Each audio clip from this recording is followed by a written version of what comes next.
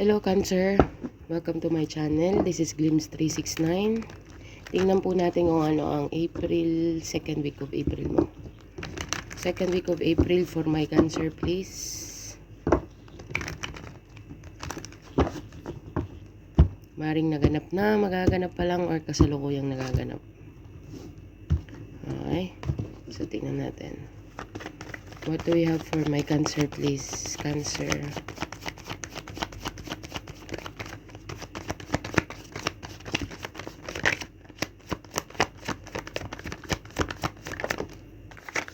The Hangman.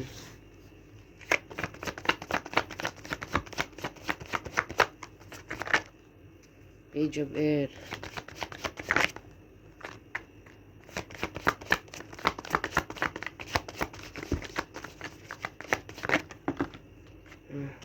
Five of Water and the Five of Earth. Four of Earth, sorry. Clarify ko which card. Bottom of the deck. The Queen of Fire. Cancer. Sinong stuck dito? May nag-i-spy dito. Tsaka ang dami niyang regret, bread. Cancer yun ang nakikita ko dito. Together with the Four of Earth, di siya maka-move on. Okay. Either way po to ha. Maaaring ikaw, kung hindi mo po energy yan, malamang energy ng taong connected sa'yo or environment mo. Okay. Clarify the Hangman.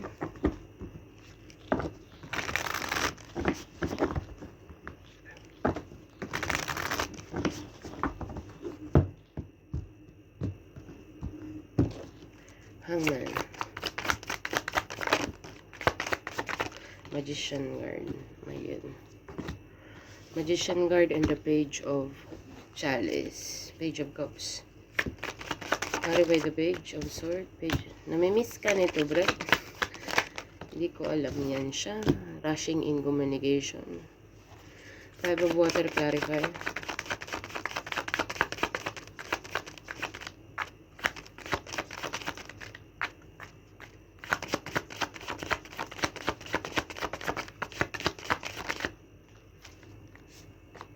Travel card.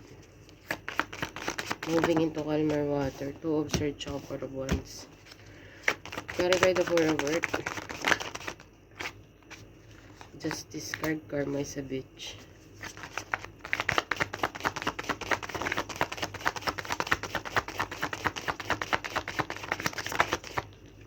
May nag-flip ba? Wala.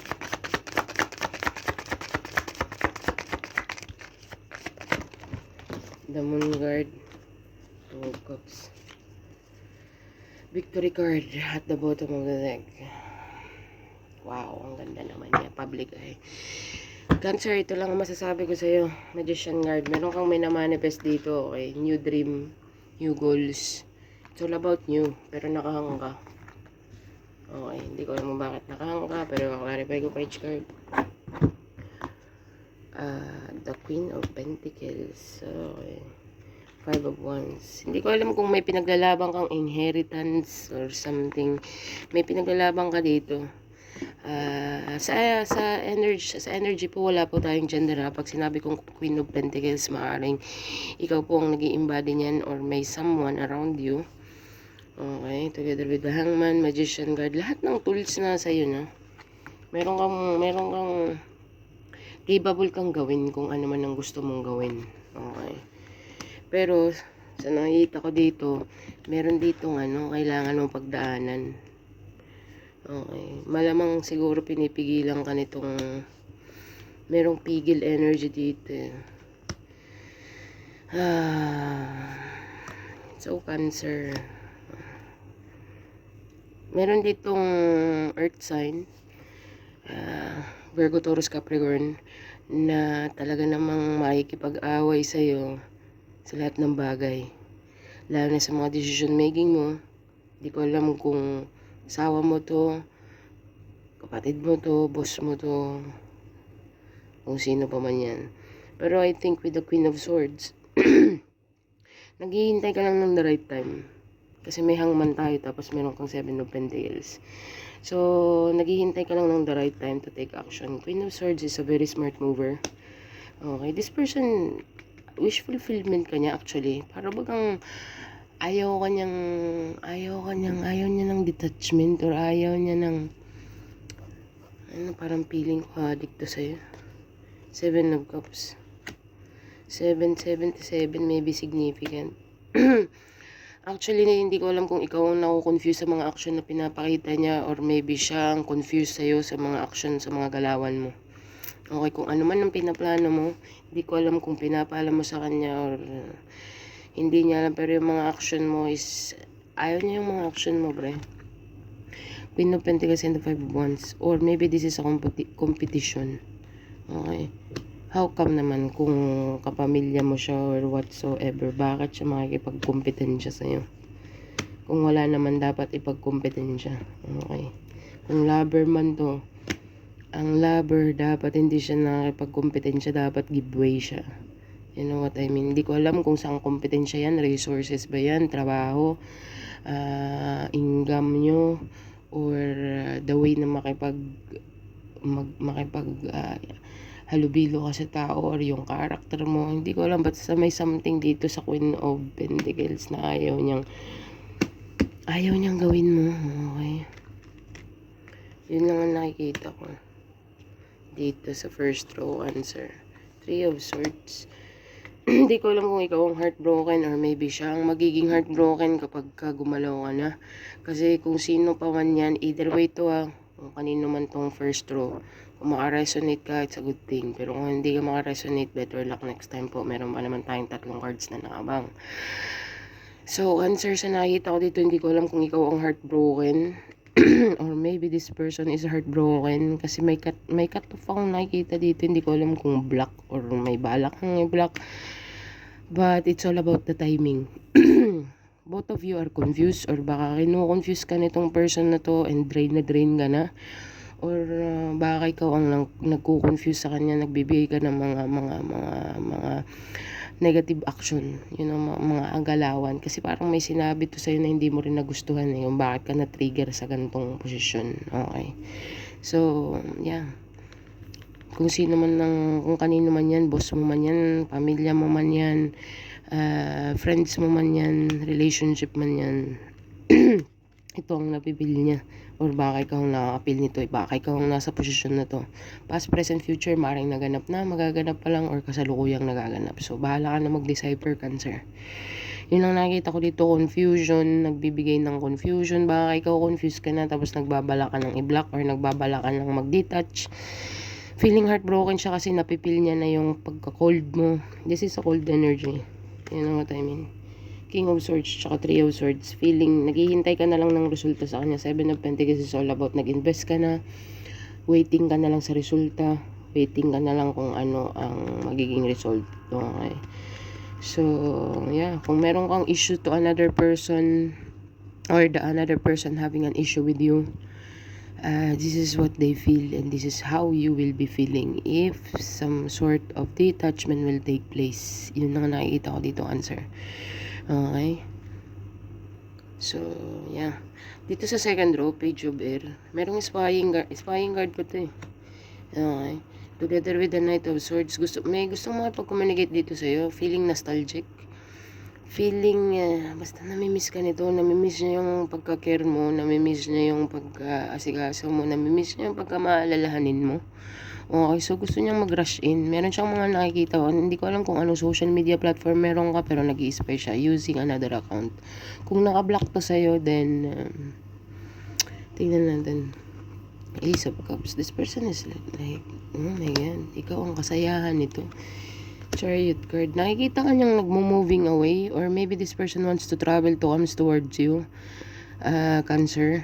May bago akong sasakyan na nakikita dito or kung hindi man bago, renovation. Ay, anong tawag niyan? Upgrade. Or maybe renovation. I don't know. Pero merong bagong vehicle dito. Hindi ko alam kung sabihin ko na lang na transportation. May bagong transpo dito. Hindi ko alam kung ikaw to, sa'yo to, bumili ka ng bagong sasakyan or nagpaplano ka or maybe the other person. Basta kung sino man tong another person na to, hindi ko alam kung, wait lang, 2 of Wands or maybe this is a travel only kung hindi naman regarding sa sasakyan. This person is planning to come towards you. Pero nag-iisip pa siya kung paano siya papasok, kung ano ang sasabihin niya, kung ano ang approach niya sa'yo. Okay, pero ang Knight of Swords sa akin is like, hindi nag-iisip, parang sugod lang ng sugod. Okay, tapos wala sa hulog ang communication niya. Pero nadadala lang kasi siya ng happiness niya dito. Once na pansinin mo to, okay, take mo either way, baka ikaw to or another person that you're connecting with. But this person seeing you moving on, nagmo-move on ka ng very happy. Basta yung mga post mo is like, na-trigger siya. Kung sino man to siya, Cancer. Nagpaplano siyang mag-travel to come towards you, to come see you. Meron na tayong couple. King of Pentacles at saka Queen of Pentacles. So, yes, Cancer. Kung sino man to siya, may nagpaplanong mag-travel to see you. Ikaw ang happiness niya with the Sun card at saka Ace of Cups. Very clear. Okay, and this person is very nostalgia about you. About the past, about the situation being with you. Yun ang nakikita ko dito. Okay, kung sino man tong King of Pentacles, sabi ko nga po sa energy, wala pong gender. So, kung ikaw po ay lalaki na nanonood nito, bahala ka na. Kung ikaw po babae na nanonood nito, bahala ka na rin. Okay. So, King of Pentacles at saka Queen of Pentacles, this is a couple card. So, between the both of you, kung meron man kayong issue or meron man kayong separation, sa tingin ko may nag-i-spy sa'yo dito, and this person sees you like you are happy without them, and you are happy like you're just happy, ano. You know what I mean, Cancer? Together with the Chariot card, nagpaplano talaga siyang mag-move towards you. Okay.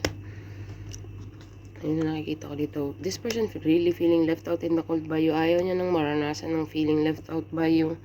Okay. I think nag-explore siya dito, pero it's not the same thing. Bigo lang siya. Okay, so ikaw lang yung taong nagbigay ng importansya sa kanya, Cancer. Ikaw lang yung taong, either way to ikaw lang yung taong nagpapil sa kanya na importante siya. Okay, yun ang nakikita ko sa second row, kaya ang spy dito is very heavy in the second row. Want to come in towards you, express their emotion. Kasi kung dati hindi siya naging genuine, ngayon magiging genuine na siya. You know what I mean? Kung dati nagsusuot siya ng mask, it will fall off. Okay, kung bibigyan mo siya ng chance. But hindi ko sinasabi, hindi ko pinapangakong talagang long term. Bakit ko nasabi yan? Pero may communication dito. I don't know, it's up to you. Relationship mo yan, or hindi ko alam kung sino sa'yo yan. 10 of Wands. 8 of Wands to the 10 of Wands. This person, hindi ko alam kung naka-block to sa'yo or naka-block ka sa kanya. Pero the communication is very stagnant here. Okay, so pero nakagawa siya ng way na mag-spy sa'yo, tawag dyan, Cancer. 10 of Wands, heavily burdened. Talagang stress out siya dito regarding sa communication. Talagang inaasam-asam niyang communication. Communication and action. After the communication, there's gonna be action kasi dalawa ang action card mo, the Chariot card at saka the 8 of Wands. Okay, this person doesn't want to feel left out in the cold by you. Okay, ikaw lang, I think nag-explore siya. Okay, so sa exploring moment niya, doon niya na-realize na wala ang katulad. Yung pag-aalala mo sa kanya, pag-take care mo sa kanya, yung pagiging ikaw sa Cancer sa kanya, tinig for granted niya yun. So now, pinagdadaanan niya ngayon yung mga consequences sa past action niya sa'yo. So, sudden realization din tong second row at the same time. Okay, Cancer. Meron tayo ditong 5 of Water. 5 of Water is all about a regretful energy. Very regretful, scarcity mindset. Hindi ko alam kung nag-move away ka to this person, or this person move away from you, pinagsisisihan niya yun. Or maybe nafe-feel niya nang mag-move away ka sa kanya, and this person cannot take it. Okay, 6 of Pentacles. Kung nireject ka nito before, Cancer, okay, kung ikaw ang nag-give, or maybe nag-offer kang moving in together, tapos na-reject niya yun, wait lang. Pasensya ka ng answer, medyo na-interrupt yung aking pagbabasa, pero dito sa 5, 4 of Earth, merong hindi maka-move on dito. Okay, 4 of Earth is na 4 of Earth, merong hindi maka-move on. Pero merong justice dito.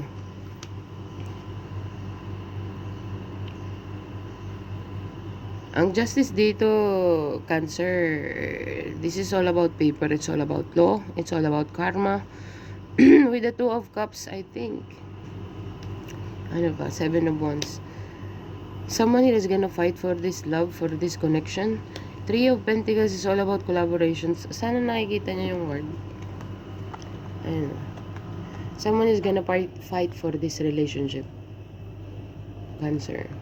Okay, with the 3 of Pentacles and the 7 of Wands. Together with the Justice card and the Moon card. Sana nakikita nyo. Okay.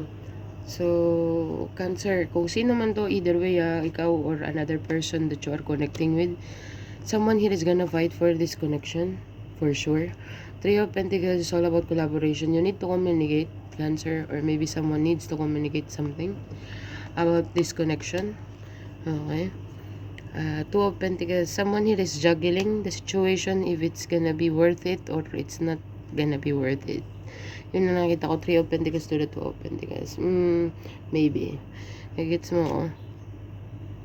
Cancer, kung sino man yan. Ace of Wands. There is a new beginning here. Actually. Cancer. Kung sino man ang nagdi-desire ng new beginning. But the 7 of Pentacles, I think someone of you, for some of you, maybe ikaw or another person is very sneaky about this new beginning. Okay. May nag-i-strategize dito. Okay. May nag-i-strategize kasi itong connection na to is worth fighting for. Ito ang mindset ng person mo or maybe ikaw, mindset mo yung ganito. Parang sayang. Napakasayang kung ibabaliwala lang or iisandabi lang. Ace of Wands at saka 7 of this is a strategic this is a very strategic energy together with the Emperor card. Wow. Pero parang feeling ko ikaw ang magte-take control dito. Nasa sayo yan. Ang bola is nasa korte mo. So everything will be depend on you. Depende sa kung paano mo i-maneuver or paano mo respondihan kung ano man ang nire-require nitong partner mo. This is a partnership, Cancer, in the last row. Both of you cannot move on. Both of you is secretively doing something behind the scene with the Justice card and the Moon card. For some of you, secretively fighting for this connection. Okay. Hindi na rin ako magtataka kasi merong confused dito. There is a confusion here. If you are giving confusing action, kung nagbibigay ka ng mga confusion dahil sa mga action mo, someone here is like really pissed off. Okay. Communication is the key here. Someone here really wanting to gusto niyang ayaw niya nang ma-feel tong feeling left out in the cold. Okay. Or maybe this is you. Okay. So, yun ang nakikita ko dito sa 3rd row, Cancer. Dito naman sa 4th row. Sa 3rd row naman, moving in together, being generous. But I think there is a rejection here. Miss opportunity. Ano tao pa nga? The Hermit card. I think, Cancer, nag-iisip ka if it's gonna be the last or maybe 9 of Wands. 9 of Swords. Very defensive energy. Tsaka having a sleepless nights regarding sa moving in together with the 4 of Wands. Reconciliation. Traveling. Okay. There is a regretful energy here. Very regretful. Okay. Because of the rejection and because of the missed opportunity here. Someone here is like hindi na makatulog. Okay? Because of the situation regarding sa... But someone here is very regretful. Because they miss a chance here. Magkakaroon ng missed opportunity dito. Okay?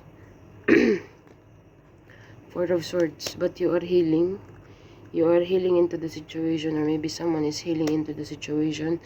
But everything will fall into place with the Page of Wands. There is a message here after the healing thing. May nakikita rin ako mga injection dyan with the Four of Wands, Four of Swords. Okay. There is a communication here. Hindi ko alam kung medical to or general medical. With the Page of Wands with the Devil card. Oh my God. There is something issue here. Merong issue dito regarding sa health. Okay.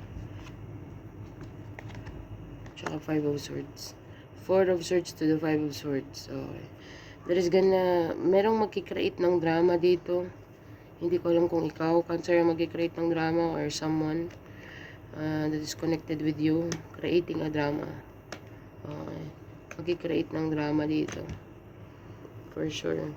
But with the full guard, this person is going to come in and hindi ko lang kung ikaw ang magme-message or siya ang magme-message sa'yo. There is a message coming in. There is a communication coming in. Taking a leap of faith about this connection, okay, about this situation, Cancer. But there is a drama. Okay. Yun ang nasasabi ko. Hindi ko alam kung sa side mo ang drama or sa side ng another person. But and kung hindi mo man siya mapiperceive na drama, it's a confrontation. There is a confrontation that is going to take place here. Maybe you or maybe the other person. Okay. But with the full card, you will be feeling stupid or maybe someone is feeling stupid about the communication. But something here is going to take place regarding sa moving in together, reconciliation, celebration. Okay. And someone here is gonna miss that opportunity because of the health issue. Okay, because of meron kasi akong health issue dito for sure. Yan. Very, very clear. This is a message, Page of Wands, but it's a good news. Okay, kung recovery na or something, meron pa rin dito with the Devil card at saka Five of Swords. Confrontation about something, I don't know. Someone here is feeling fooled, feeling stupid. Di ko alam kung ikaw ang magkikreate ng scenario dito or maybe the other person ang magkikreate ng scenario. So just take how it's resonate, Cancer, and leave what doesn't. Sa mga Cancer po na makaka-resonate, alam niyo na po ang galawan, hit the thumbs up po. Tsaka subscribe ka na rin, hit the notification bell para po stay connected tayo. Para po sa mga Cancer na hindi naman po makaka-resonate, better luck next time po. Baka po energy niyo na ang masagap po. So, Cancer, this is the advice. The answer you need are coming. Okay. Be bold and make the first move, Cancer. Ikaw ang mag-first move dito. Nothing is yet set in stone. Okay, so kung wala ka pang naitaga sa bato, a win-win outcome is in the forecast. So kung wala ka pang naitataga sa bato, kasi bakit wala ka pang naitataga sa bato? Kasi wala ka pang action dito. So ang spread na to is action is required, communication is the key. Yun ang nakikita ko dito, Cancer. So yeah, good luck. Tignan natin kung ano ang angel message number mo. Pasensya na po sa background. Sara ko ng bintana.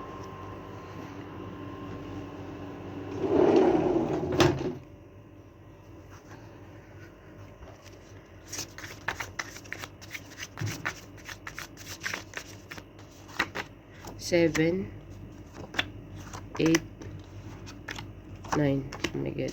7, 8, 9. Cancer, i-google mo yan. Angel message number. Baka makaresonate sa sitwasyon mo. So, Cancer, this is all what I have for you. Okay. This is what I have for you, Cancer. Thank you for being here. Thank you for watching. And bye for now.